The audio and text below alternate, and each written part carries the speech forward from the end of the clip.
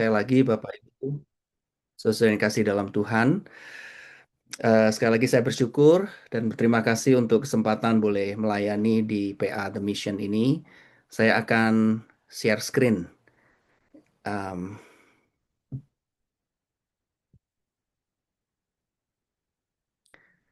ya, semoga bisa terlihat ya.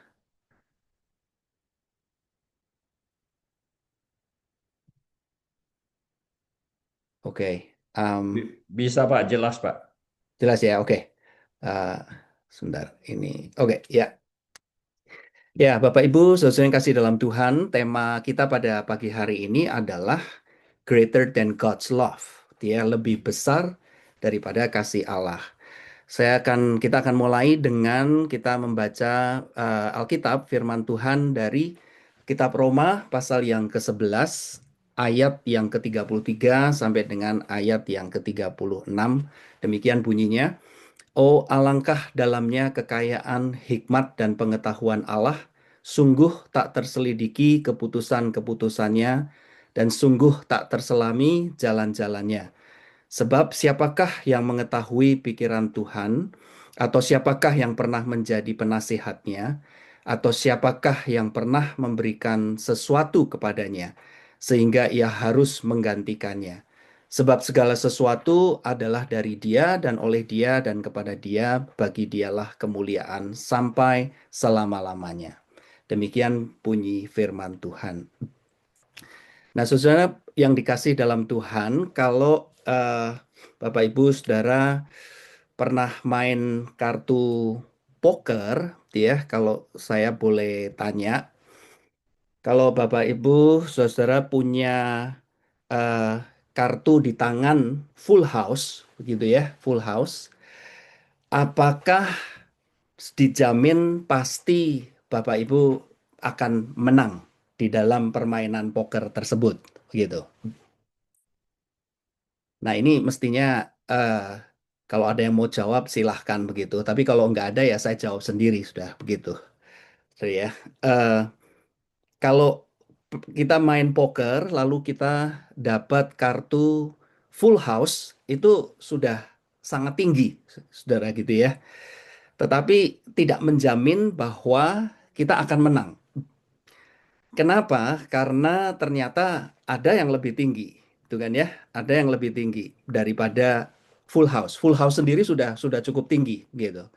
Dan biasanya kalau dalam permainan poker, judi gitu ya, saya tidak menganjurkan gitu ya. Tapi kalau ada yang pernah main gitu, kita punya kartu dengan pasangan ini rankingnya sudah sangat tinggi. Tetapi di atas full house itu masih ada tiga pasangan kartu yang lebih tinggi begitu, yaitu four of a kind gitu ya. Jadi lima kartu, empat itu sejenis atau straight flush gitu ya. Itu nomor dua itu lebih tinggi lagi, dan yang paling tinggi namanya adalah royal flush gitu ya, royal flush. Jadi Royal Flush itu udah yang paling tinggi deh. Itu udah nggak ada yang bisa ngalahin lagi begitu. Udah pasti menang kalau punya main kartu poker kita dapat pasangan tersebut gitu ya di tangan kita itu sudah pasti akan menang gitu. Nah, saudara itu adalah di dalam permainan kartu poker gitu ya.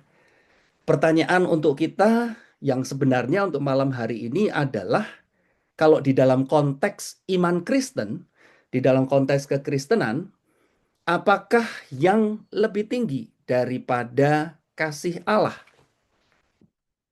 Apakah ada yang sebenarnya lebih tinggi daripada kasih Allah? Saya yakin kita semua setuju bahwa kasih Allah itu adalah hal yang sangat penting. Tetapi saudara, kalau kita memperhatikan Alkitab, ada yang lebih tinggi daripada kasih Allah, ya. Jawabannya apa, saudara? Jawabannya adalah Allah sendiri. Tuh kan ya? Jawabannya adalah Allah sendiri. Itu lebih penting dan lebih tinggi, gitu. Bahkan sebenarnya di dalam Alkitab, ya, di dalam Alkitab kalau kita perhatikan konteks pernyataan kasih Allah itu adalah God's kingship atau kerajaan Allah ya di dalam bahasa Indonesianya bisa diterjemahkan begitu, tetapi sebenarnya maksudnya adalah God's sovereignty, God's kingship begitu ya, atau God's rulership atau God's kingdom. Itu yang sebenarnya menjadi konteks di dalam Allah menyatakan dirinya. Dari awal sampai akhir di dalam Alkitab, dia yang menjadi penekanan Alkitab sebenarnya adalah kehendak Allah itu yang terjadi. Kehendak Allah itu yang terlaksana di dalam dunia ini. Kasih Allah itu penting. Saya tidak menyangkali itu dan kita memang pasti semua setuju. Kasih Allah itu adalah hal yang penting. Tapi kita seringkali lupa gitu ya bahwa konteks dari Allah menyatakan kasihnya, konteks dari Allah itu menunjukkan atribut-atributnya, sifat-sifatnya, dia termasuk kekudusannya, keadilannya dan sebagainya, dia adalah selalu God's kingship, kehendak Allah yang terjadi, kehendak Allah yang terlaksana. Dari sejak awal Alkitab sampai dari Kejadian sampai Wahyu, yang Alkitab selalu tekankan adalah pentingnya God's kingship, God's rulership gitu ya. Jadi kedaulatannya Allah, pemerintahannya Allah gitu. Allah sebagai raja, keberadaan Allah itu sendiri. Itu adalah hal yang lebih penting daripada kasih Allah itu sendiri. Nah, saya tunjukkan beberapa ayat-ayatnya, saudara ya, untuk apa namanya sebagai satu bukti di dalam Alkitab bahwa keberadaan Allah itu jauh lebih penting daripada kasihnya. Seperti misalnya Keluaran 7 ayat 5. Kalau saudara perhatikan ayat-ayat ini, saudara, ada satu hal yang ditekankan yang sama. Ya. Saya bacakan secara cepat, saudara ya. Kalau Bapak, Ibu, saudara bisa melihat di layar komputer, bisa mengikuti begitu. Keluaran 7 ayat 5. Orang Mesir akan mengetahui bahwa akulah Tuhan apabila aku mengacungkan tanganku terhadap Mesir dan mengeluarkan orang Israel dari tengah-tengah mereka. Yehezkiel 36 ayat 23. Maka bangsa-bangsa akan mengetahui bahwa akulah Tuhan. Ya, demikianlah firman Tuhan dan seterusnya. Yesaya 49 ayat yang ke-23. Maka engkau akan mengetahui bahwa akulah Tuhan. Yesaya 60 ayat 16. Maka engkau akan mengetahui bahwa aku Tuhan adalah juru selamatmu dan penebusmu. Yeremia 16 ayat 21. Sebab itu sesungguhnya aku akan memberitahukan kepada mereka, kali ini aku akan memberitahukan kepada mereka tanganku dan keperkasaanku supaya mereka tahu bahwa namaku Tuhan. Hosea 2 ayat 20. Aku akan menjadikan engkau istriku dalam kesetiaan sehingga engkau akan mengenal Tuhan.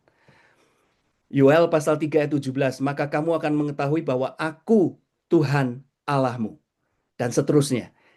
Ini sekedar contoh saja, tetapi di dalam Alkitab itu sebenarnya ada banyak diulang berkali-kali untuk menekankan tentang keutamaannya Tuhan sendiri, ya, atau God's kingship, lebih daripada sifat-sifat yang Allah itu tekankan. Nah, saudara, ini adalah konteksnya, konteks pada waktu Allah menyatakan eh, apa namanya kasihnya ataupun segala sifat-sifatnya yang lain gitu.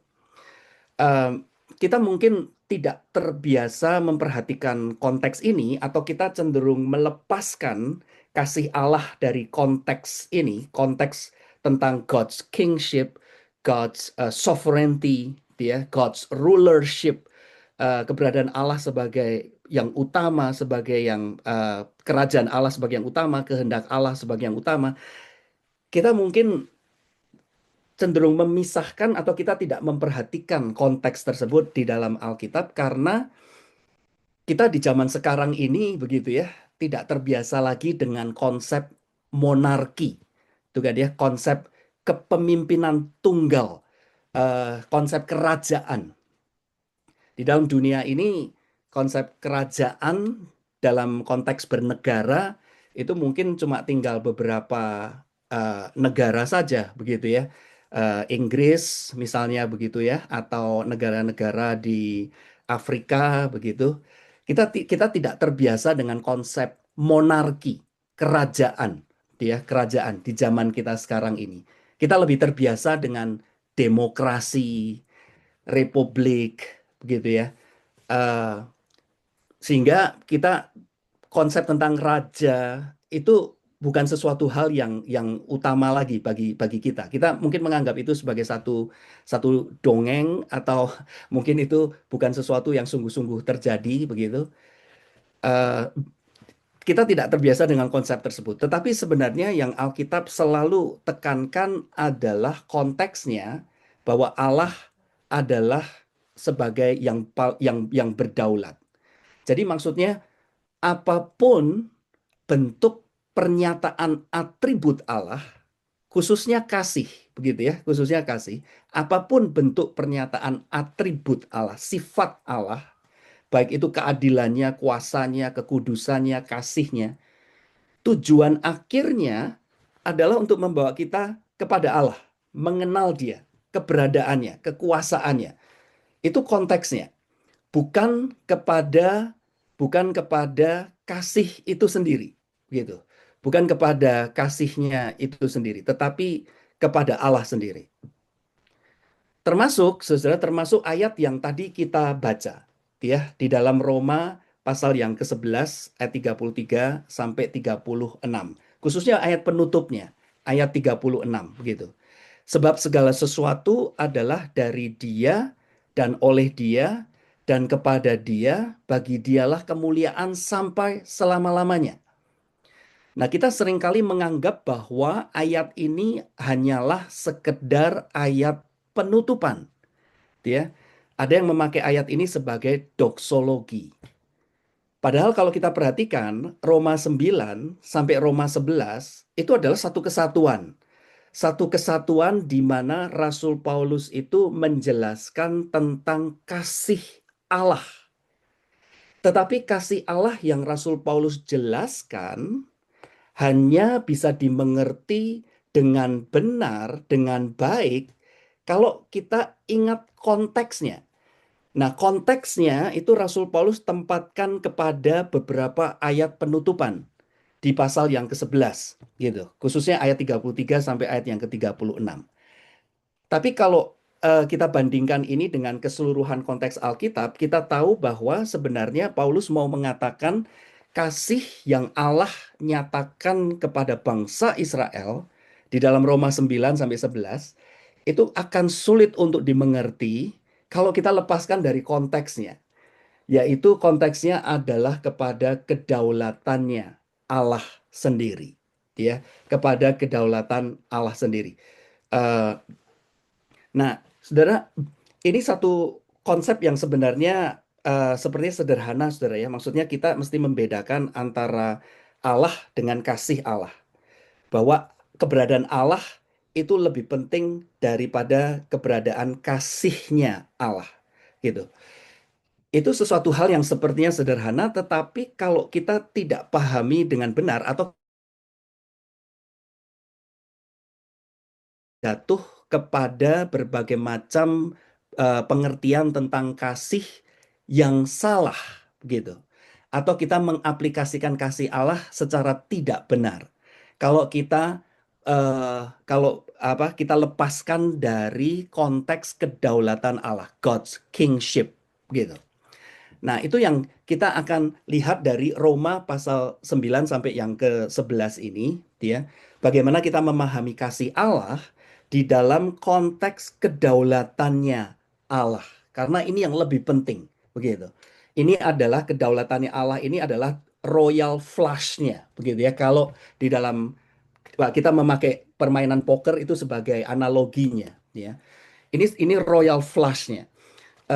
Kasih Allah ini adalah salah satu pernyataannya diri Allah, gitu ya, pernyataan diri Allah kepada kita.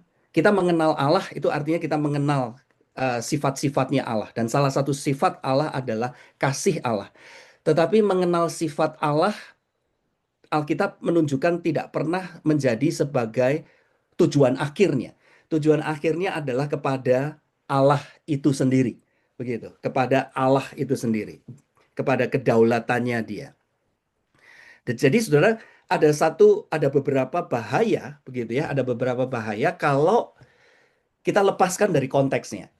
Nah, itu yang kita akan lihat di dalam Roma 9 ayat yang ke-11. Roma 9 sampai sampai pasal yang ke-11. Tetapi saya tambahkan sedikit catatan gitu ya. Saya tambahkan sedikit catatan. Apa yang kita akan lihat dari Roma 9 sampai 11 tentang bagaimana memahami kasih Allah di dalam konteks kedaulatan Allah, yang kita akan lihat bukan dari sisi eh, doktrinnya, begitu, dari sisi teologinya. Tapi saya mengajak kita untuk melihat dari sisi praktisnya, gitu ya, dari sisi aplikasinya.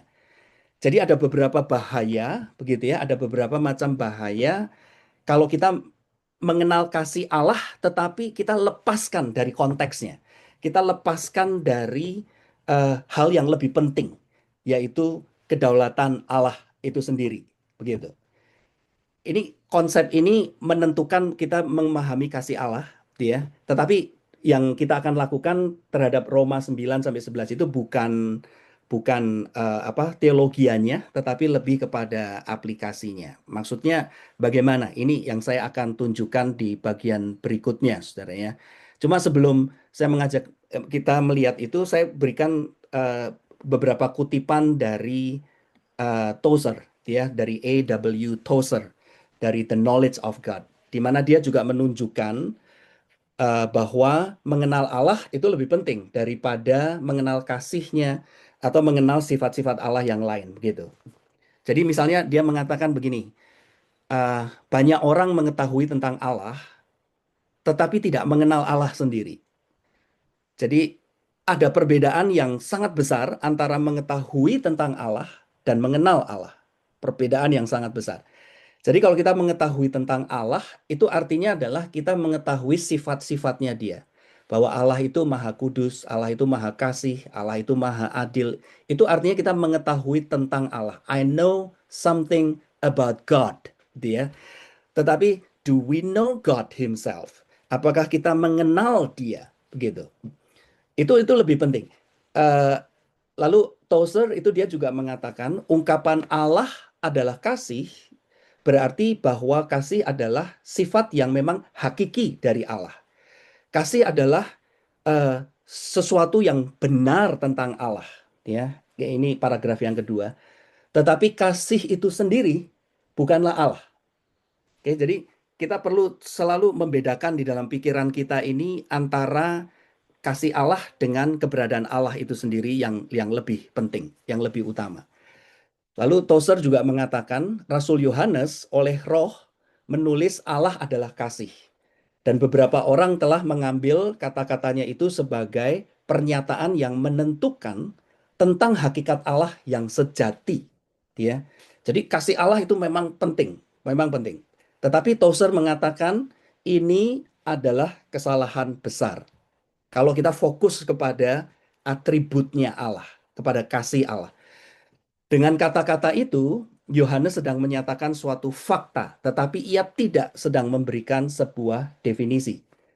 Jadi, kita tidak bisa mendefinisikan Allah berdasarkan atributnya, gitu ya. Bahwa Allah itu adalah kasih, itu memang betul, tetapi itu tidak keseluruhan dari siapa Allah itu sendiri, begitu. Lalu dia melanjutkan, menyamakan kasih dengan Allah adalah kesalahan besar yang telah melahirkan banyak filsafat keagamaan yang tidak sehat dan menimbulkan banyak puisi yang hampa. Sorry, ini mungkin terjemahannya kurang terlalu jelas. Tapi yang bagian yang pertama itu cukup jelas, saya rasa ya, bahwa menyamakan kasih Allah adalah menyamakan kasih dengan Allah adalah kesalahan besar yang telah melahirkan banyak filsafat keagamaan yang sama sekali tidak selaras dengan kitab suci dan berada dalam suasana yang sangat berbeda dari kekristenan historis. Nah, saudara, itu yang kita akan lihat. Jadi kalau kalau kita melepaskan kasih Allah dari kedaulatannya Allah, keberadaan Allah sendiri, ya, God's kingship, kita akan jatuh kepada berbagai macam kesalahan, kesalahan konsep, kesalahan pemikiran gitu, yang Rasul Paulus sebenarnya ungkapkan secara tidak langsung dari Roma di dalam Roma pasal 9 sampai dengan yang ke-11.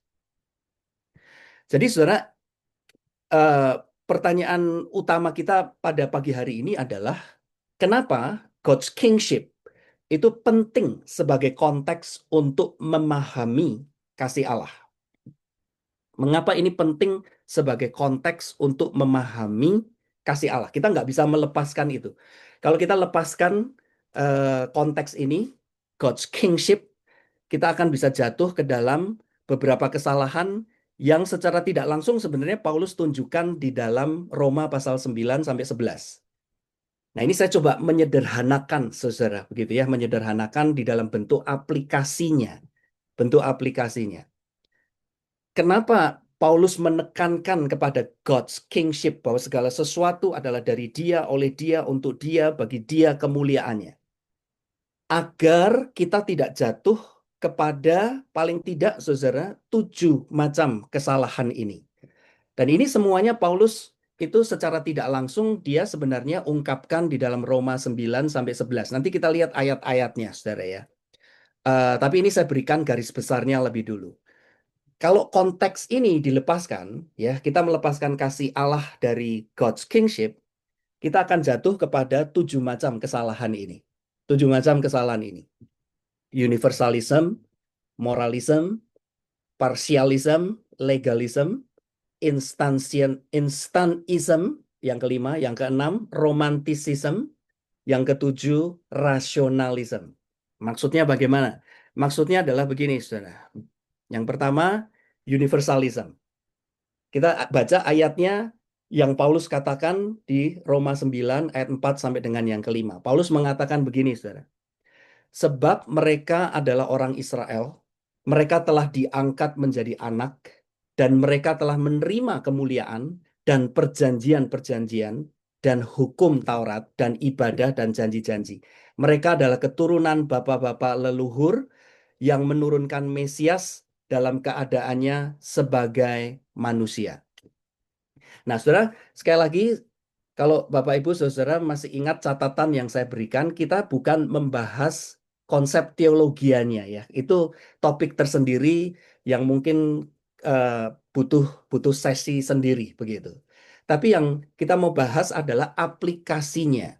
Jadi aplikasinya itu adalah begini, saudara. Paulus itu menunjukkan bahwa kasih Allah di dalam kedaulatannya, ketika Allah menunjukkan kasihnya untuk menyelamatkan bangsa Israel atau untuk menyelamatkan umat manusia, keselamatan yang Allah berikan itu sifatnya spesifik, terbatas, yaitu keselamatan melalui bangsa Israel. Implikasinya, saudara, implikasi praktisnya adalah berarti ini menolak universalism. Universalism, gitu kan ya. Yaitu bahwa keselamatan itu bisa saja di luar Kristus. Bahwa keselamatan itu bisa bentuknya pluralisme. Nah, itu yang terjadi, saudara, kalau kasih Allah, saudara lepaskan dari konteksnya, God's kingship. Itu sebabnya kenapa tidak heran kalau banyak orang yang walaupun mengajarkan tentang kasih Allah, tetapi jatuh kepada universalism. Itu sudah pasti kasih Allah yang salah. Atau jatuh kepada pluralisme. Pluralisme itu artinya ya Yesus itu bukan satu-satunya Tuhan, Yesus itu bukan satu-satunya juru selamat begitu. Karena apa? Karena Allah adalah kasih. Allah adalah kasih artinya dia bisa menyelamatkan siapa saja bahkan di luar Kristus pun bisa diselamatkan. Itu menjadi pluralisme, menjadi universalisme. Itu yang terjadi kalau kasih Allah kita lepaskan dari konteksnya, God's kingship. Tuhan pada waktu menyatakan kasih-Nya untuk menyelamatkan baik bangsa Israel maupun kita, kasih Allah itu sifatnya terbatas, limit. Maksudnya terbatas itu ada sejarahnya. yaitu keselamatan yang Allah berikan melalui bangsa Israel. Ini ya, bangsa Israel yang menerima perjanjian, menerima hukum Taurat, menerima janji-janji Allah, eh, dan bapak-bapak leluhur yang menurunkan Mesias sebagai manusia. Jadi kasih Allah itu sifatnya kasih Allah yang menyelamatkan, sifatnya terbatas, limited. Ada konteksnya, ada batasannya, bukan universal, bukan pluralism, begitu. Kalau kita lepaskan dari konteksnya, maka kita hanya fokus kepada kasih Allah, kita fokus hanya kepada kasih Allah, itu yang bisa terjadi, universalisme, begitu. Eh, kalau em, Bapak Ibu mungkin pernah tahu ada buku yang cukup populer kira-kira tahun 2005 kalau saya tidak salah begitu ya. Itu ditulis oleh seorang pendeta di Grand Rapids di Michigan, satu gereja yang cukup besar sebenarnya. Judulnya adalah Love Wins, begitu ya. Love Wins. Kasih itu menang, gitu. Jadi eh, buku tersebut itu eh, diterbitkan oleh pendiri dari gereja Mars Hill di Grand Rapids. Em, saya namanya kok lupa sekarang begitu. Eh, Love Wins. Jadi dia itu mengajarkan satu ajaran yang mempertanyakan ajaran tradisional iman Kristen tentang neraka dan penghukuman kekal, gitu ya. Jadi bagi dia kalau Allah itu adalah Allah yang penuh kasih, maka tidak mungkin Allah itu menghukum manusia secara kekal. Tidak mungkin Allah itu tidak menyelamatkan, gitu. Tidak menyelamatkan. Jadi kenapa? Karena bagi dia God's love itu yang utama, gitu. Jadi kalau kita mempelajari kasih Allah, dia mengatakan begitu dalam bukunya, itu nggak mungkin Allah itu menciptakan neraka, melakukan penghakiman, penghukuman. Itu pasti hanya untuk menyadarkan kita, gitu ya. Tapi pada akhirnya menyadarkan kita dari segala kejahatan, dosa dan sebagainya. Pada akhirnya Allah akan menyelamatkan semua orang. Kenapa bisa terjadi seperti itu, saudara? Karena kita melepaskan kasih Allah dari konteksnya.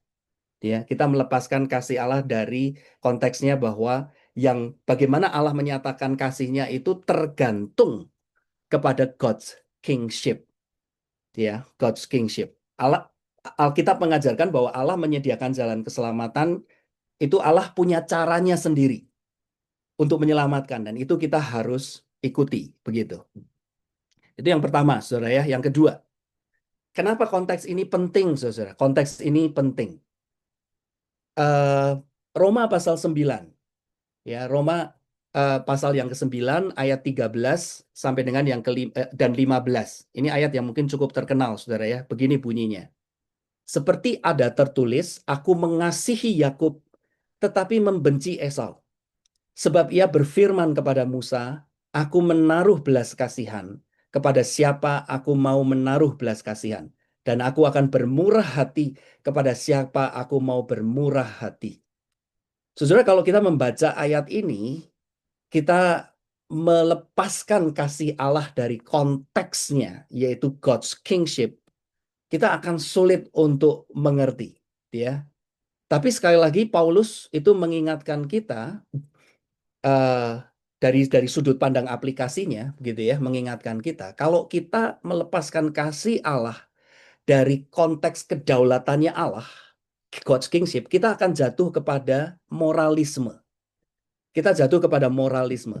Moralisme itu artinya adalah Allah menyatakan kasihnya berdasarkan merit, jasa, prestasi, perbuatan baik, ya, bukan berdasarkan anugerah, gift based love.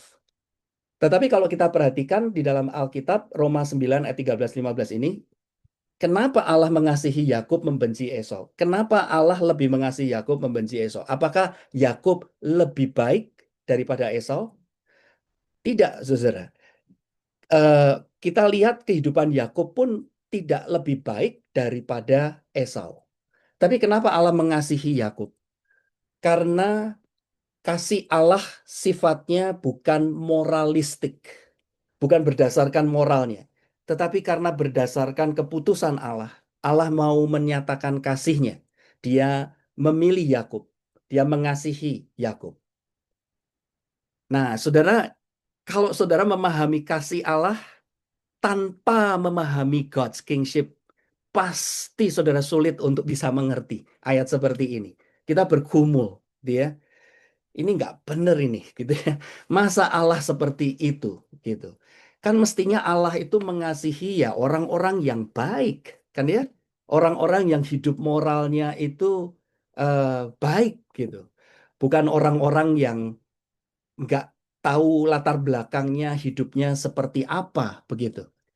Tetapi saudara, Paulus itu sekali lagi berdasarkan ayat ini mengingatkan kita bahwa kasih Allah tidak bisa dilepaskan dari konteksnya, yaitu God's kingship. Karena begitu kita melepaskan itu, melepaskan konteksnya ya, kita akan jatuh kepada moralisme. Kita menganggap bahwa Allah menyatakan kasihnya itu eh, karena Allah berhutang kebaikan sama kita, begitu.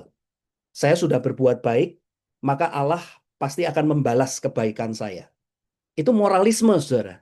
Itu bukan kasih Allah yang diajarkan di dalam Alkitab. Kasih Allah yang diajarkan dalam Alkitab adalah kasih yang didasarkan kepada God's kingship, kedaulatan Allah, ya, kepada kedaulatan Allah. Itu yang kedua, saudara ya. Jadi kalau kita lepaskan dari konteksnya, kita jatuh kepada moralisme. Yang ketiga, saudara, yang ketiga, kalau kita lepaskan kasih Allah dari konteksnya, God's kingship, kedaulatan Allah, ya, maka kita akan jatuh kepada partialism. Ayatnya misalnya, ayatnya sebenarnya ada lebih dari satu, saudara ya. Saudara bisa baca sendiri dalam Roma pasal 9 sampai 11 begitu. Saya hanya mengambil satu aja sebagai contohnya begitu. Siapakah kamu, hai manusia, ya, 9 ayat 20, maka kamu membantah Allah. Dapatkah yang dibentuk berkata kepada yang membentuknya, mengapa engkau membentuk aku demikian? Jadi ini eh, keluhan, salah satu keluhan dari bangsa Israel begitu ya, kalau mereka itu memang adalah umat pilihan Allah. Kenapa mereka diperlakukan seperti ini begitu? Jadi walaupun Allah memilih Yakub gitu ya, keturunannya Israel, Tuhan pun memperlakukan Israel bukan dengan gampang gitu ya, tetapi dengan begitu keras gitu, dengan begitu keras.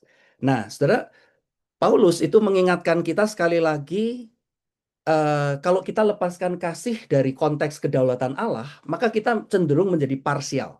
Parsial itu artinya adalah kita akan cenderung memahami kasih Allah secara tidak seimbang. Kita hanya mau menerima yang menyenangkan saja. Kalau bagaimana Allah memperlakukan kita kurang menyenangkan, begitu ya, maka itu bukan kasih Allah, gitu.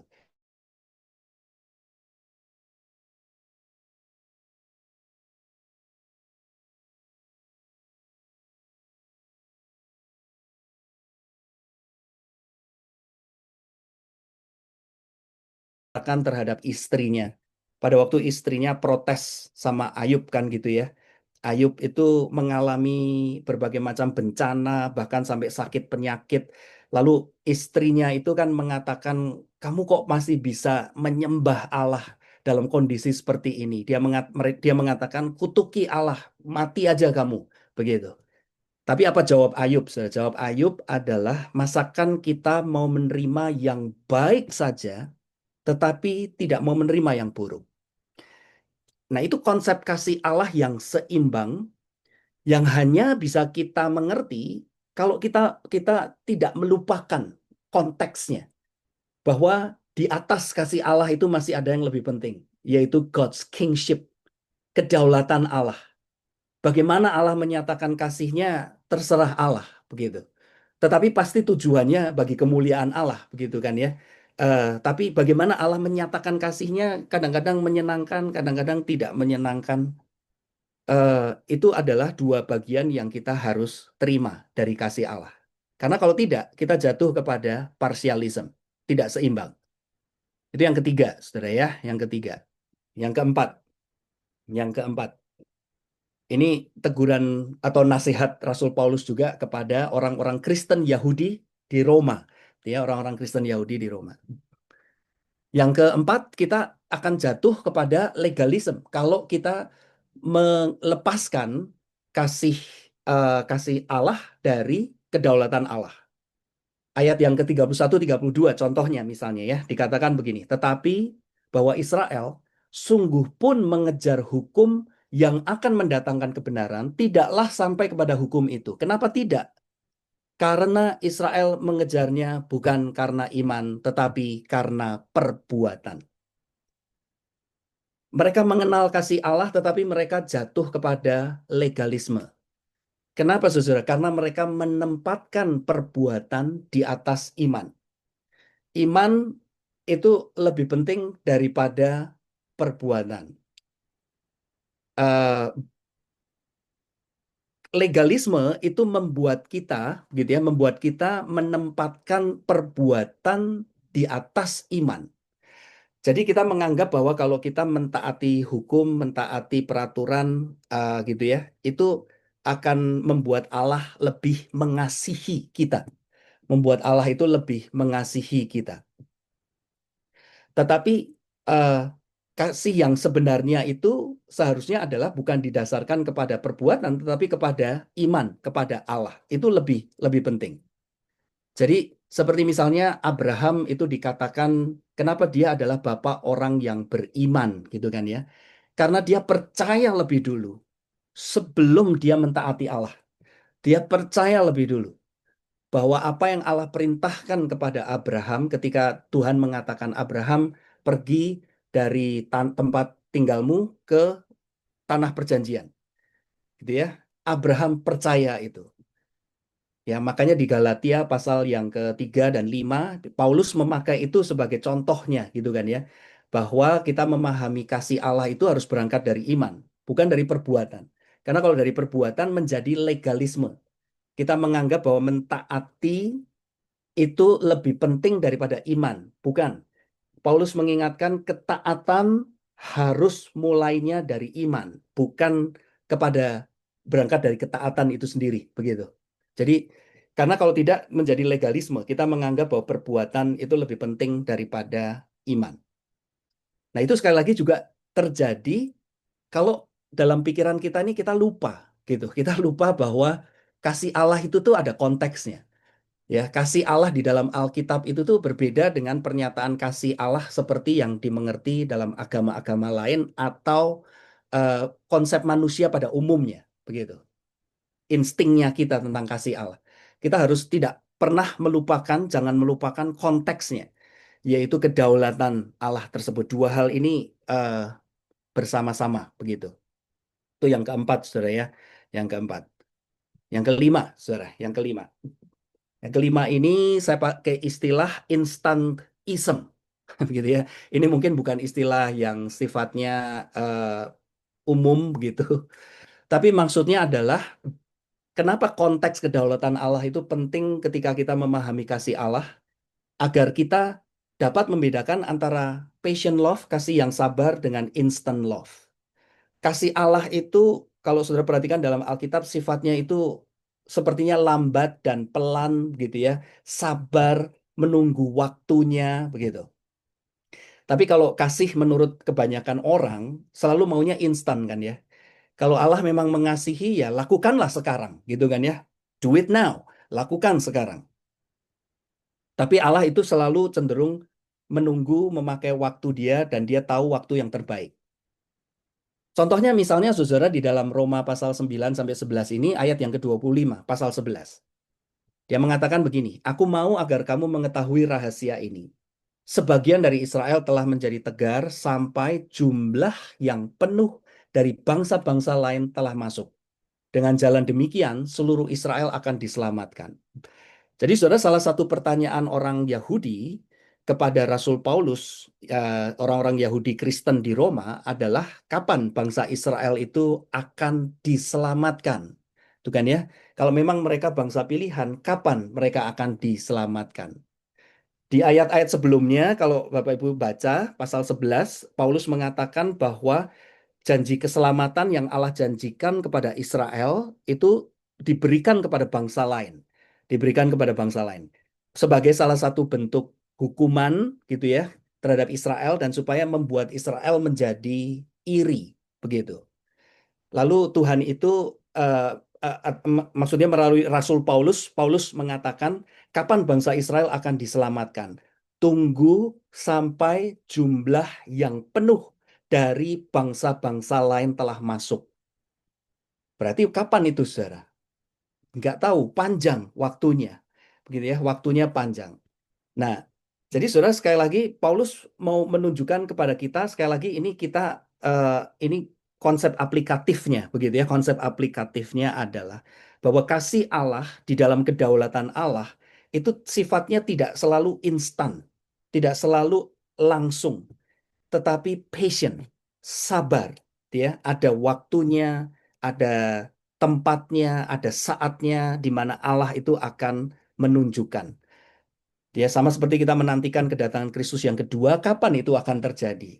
Ada waktunya. Ya, ada waktunya. Itu yang kelima, saudara ya, yang kelima. Yang keenam, yang keenam. Apa yang akan terjadi kalau kita melepaskan kasih Allah dari konteks kedaulatan Allah? Eh, ayatnya misalnya ayat 21, dia 11 ayat 21. Sebab kalau Allah tidak menyayangkan cabang-cabang asli, ia juga tidak akan menyayangkan kamu. Kamu di sini maksudnya eh, kali ini dia berbicara kepada bangsa non-Yahudi, begitu ya, bangsa non orang-orang non-Yahudi. Kalau kita melepaskan kasih Allah dari konteks kedaulatannya, kita akan cenderung jatuh kepada yang namanya romantisisme, bukan romantisme, gitu ya, tetapi romantisisme, yaitu kita meromantisasikan kasih Allah di mana kita menjadikan perasaan kita dan diri kita sebagai tujuan akhirnya, ya, eh, tujuan akhirnya. Itu yang terjadi, saudara. Kalau kasih Allah itu kita lepaskan dari kedaulatan Allah, kita akan membuat diri kita sendiri sebagai tujuannya. Kita menganggap kita menjadi selfish, kita menjadi egois, gitu. Kita menganggap bahwa kasih Allah itu tujuannya, sasarannya adalah kita, gitu ya. Sasarannya adalah kita. Padahal kasih Allah itu sasarannya, tujuan akhirnya adalah kembali kepada Allah sendiri. Begitu. Kasih Allah itu tidak selalu romantis, begitu saudara ya. Tetapi kita cenderung meromantisasikan kasih Allah. Kita memakai diri kita, perasaan kita sebagai tujuan akhirnya. Gitu, sebagai tujuan akhirnya. Itu yang terjadi kalau kita melepaskan kasih Allah dari konteks kedaulatan Allah.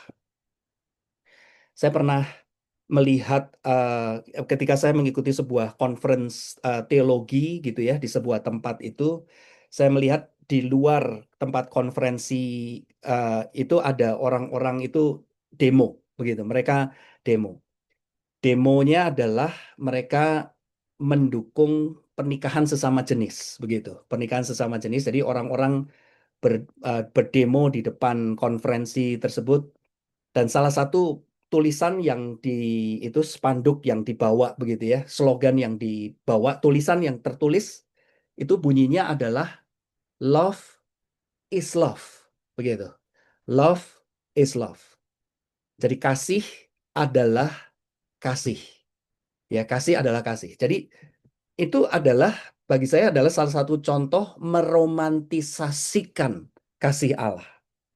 Kita menganggap bahwa kasih Allah itu sasarannya adalah diri kita.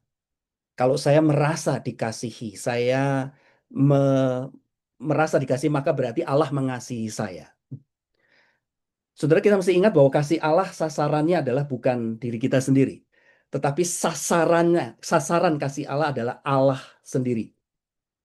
Eh, kedaulatannya Allah gitu ya di dalam menyatakan kasihnya. Tapi kita cenderung meromantisasikan kasih Allah. Kalau kita lepaskan dari konteksnya. Satu lagi, saudara ya, satu lagi. Apa yang terjadi kalau kita melepaskan konteksnya? Kita cenderung merasionalisasi. merasionalisasi. Ya, ayatnya adalah yang tadi kita baca, saudara ya. Sebab siapakah yang mengetahui pikiran Tuhan? Atau siapakah yang pernah menjadi penasehatnya? Atau siapakah yang pernah memberikan sesuatu kepadanya sehingga ia harus menggantikannya? Nah, saudara, sekali lagi kalau saudara melihat konteks Roma 9 ayat 11, ini satu kesatuan di mana Paulus itu menjelaskan kepada bangsa Israel tentang bagaimana Allah menyatakan kasihnya kepada bangsa Israel. Tapi cara Allah menyatakan kasihnya itu unik. Dan saudara hanya bisa mengerti kalau kita mengerti konteksnya itu adalah kedaulatan Allah. Di bagian penutup ini, Rasul Paulus mengingatkan kalau kita melupakan konteksnya, ya, kita melupakan konteksnya, kita akan jatuh kepada rasionalisasi. Rasionalisasi itu maksudnya adalah kita menjadi merasa lebih tahu bagaimana seharusnya Allah menyatakan kasihnya. Jadi kita cenderung untuk menasehati Allah, gitu ya. Tuhan mestinya sebaiknya, begitu ya. Sebaiknya itu tidak terjadi bencana COVID ini nih nggak baik gitu ya. Bencana COVID misalnya atau bencana alam atau segala musibah yang lain gitu ya. Kita menjadi lebih tahu, kita merasa lebih tahu daripada Allah Allah sendiri gitu. Dan kalau Bapak Ibu Saudara ingat pergumulannya Yunus di dalam Perjanjian Lama, ya, kenapa Yunus itu pada waktu diminta oleh Tuhan untuk ke Niniwe dia tidak mau? Apa yang sebenarnya menjadi pergumulannya Yunus? Pergumulannya Yunus itu adalah karena dia bergumul dengan dia tidak bisa memahami kasih Allah, bahwa Allah mau menyelamatkan orang-orang yang jahat seperti orang-orang Asyur. Kok jahat seperti itu tetap diselamatkan oleh Allah? Ya, jadi Yunus itu mencoba berargumen dengan Allah. Dia mau mengatakan, Tuhan, kamu tuh nggak benar gitu. Ini orang jahat. Ini orang nggak sepantasnya diselamatkan. Yunus memakai rasionya begitu ya, rasionalnya untuk menasehati Allah, bagaimana Allah menunjukkan kasihnya, bagaimana cara Allah menunjukkan kasihnya. Nah, saudara, itu juga yang bisa terjadi dengan kita kalau pada waktu kita melepaskan pengertian kita tentang kasih Allah dari konteks yang sebenarnya, yaitu God's kingship, His sovereignty, ya, His rulership gitu, kedaulatan Allah. Kita sering kali kita cenderung melupakan itu. Sehingga kita bisa jatuh kepada 7 macam kesalahan ini. Sekali lagi, saudara, kenapa konteks ini penting? Itu ya, ke God's kingship agar kita tidak jatuh kepada universalism, moralism, partialism, legalism, instanism, romanticism, dan rasionalism. Demikian firman Tuhan pembelajaran kita pada pagi hari ini. Semoga ini bisa dimengerti dan kalau ada pertanyaan silahkan saya kembalikan kepada moderator. Kalau ada pertanyaan silahkan.